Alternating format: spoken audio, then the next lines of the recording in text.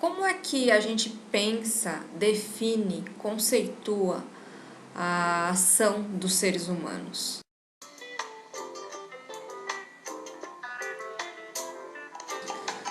Max Weber vai se dedicar a estudar esses temas, a responder algumas dessas questões, postulando, colocando a importância de uma explicação sociológica sobre a ação social. Até então, poucos haviam de fato explicado, conceituado o que faz as pessoas agirem da forma que o fazem. E o Weber vai ser um dos primeiros a sistematizar o seu conhecimento sobre as ações.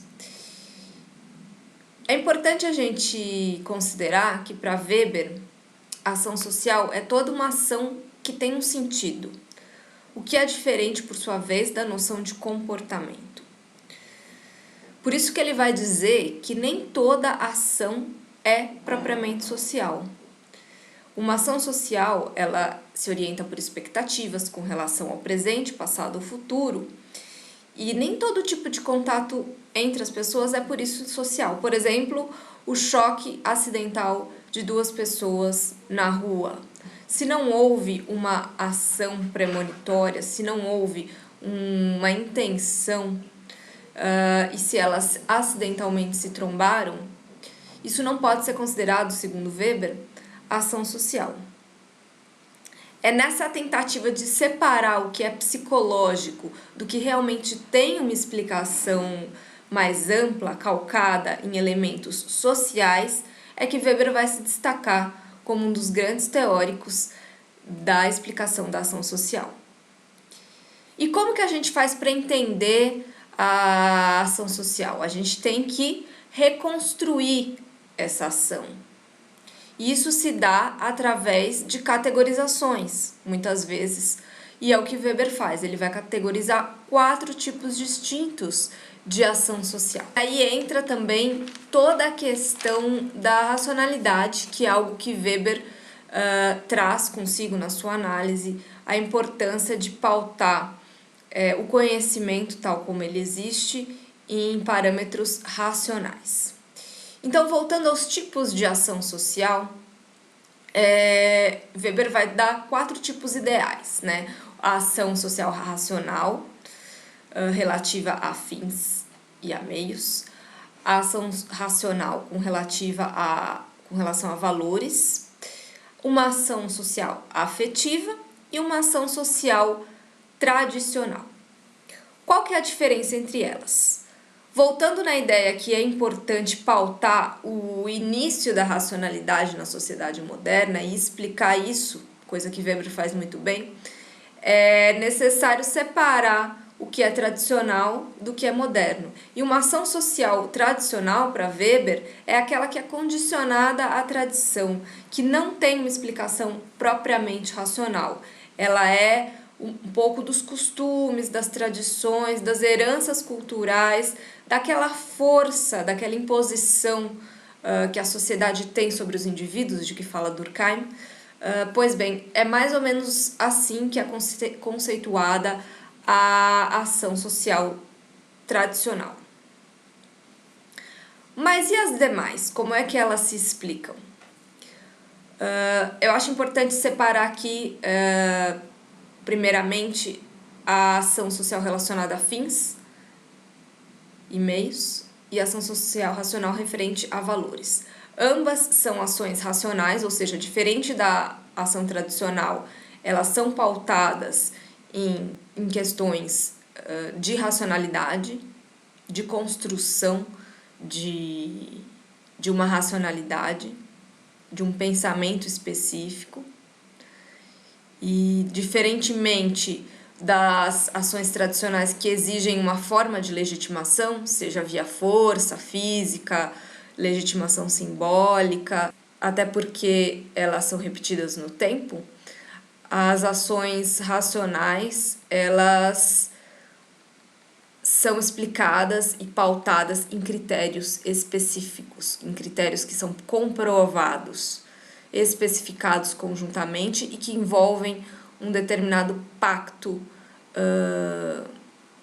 um pacto em termos de sentido, diria Bourdieu. A racionalidade vai entrar aí nessa análise, nesse cálculo entre fins e meios na busca de um resultado X esperado, e a partir daí as pessoas vão agir.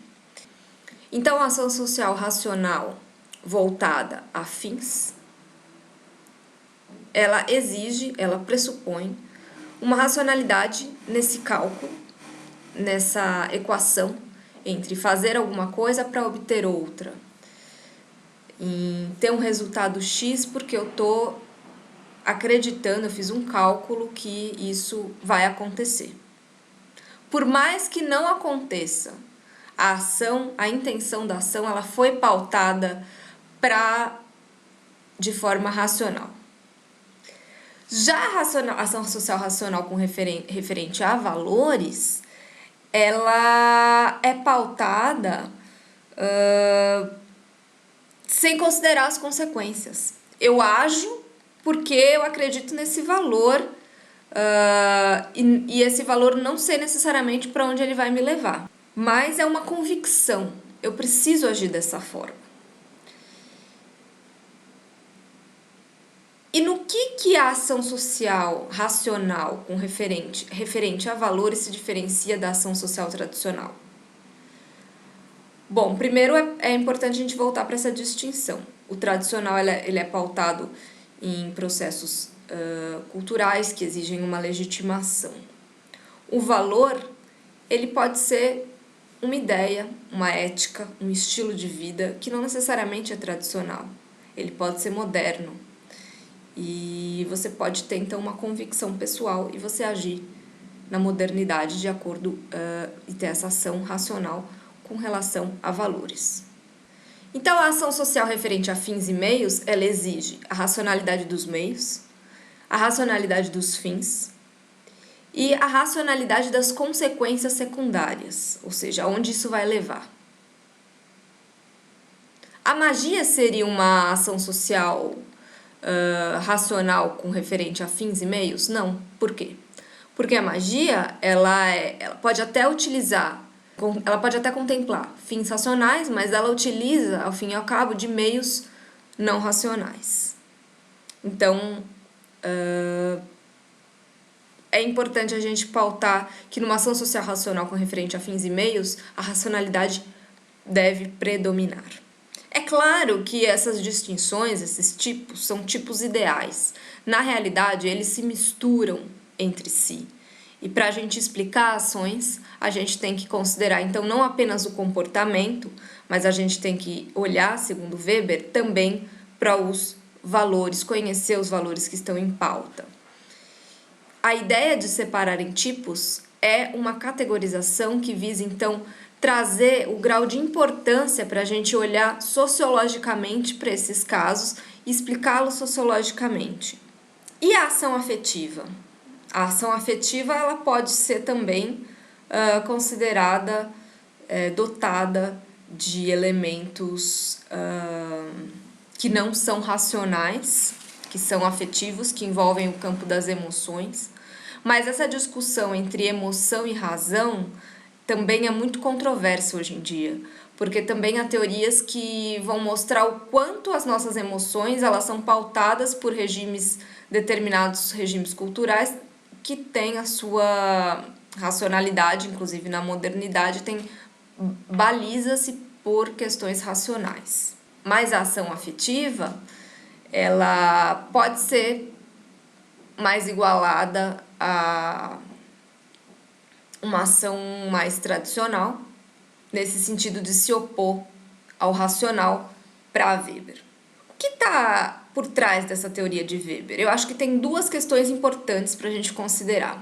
A primeira delas é o processo de destradicionalização, o processo de derrocada das sociedades tradicionais para as sociedades modernas, essa transição. E o Weber vai dar muita importância à ideia de razão, a ideia de que a razão é uma força de poder que se exerce sobre os homens, que os homens exercem sobre o mundo. E aí tem toda a discussão, que eu já falei até em outros vídeos, né, que a ciência moderna se pauta muito nisso, em postular uma separação clara da racionalidade humana e juntá-la à ideia de humanidade e assim separá-la da ideia de natureza. Então isso é um dos elementos que está por trás dessa explicação weberiana. O segundo é a ideia de ação como algo que vem de uma pessoa, que não seria chamado de indivíduo para Weber, mas chamado de sujeito.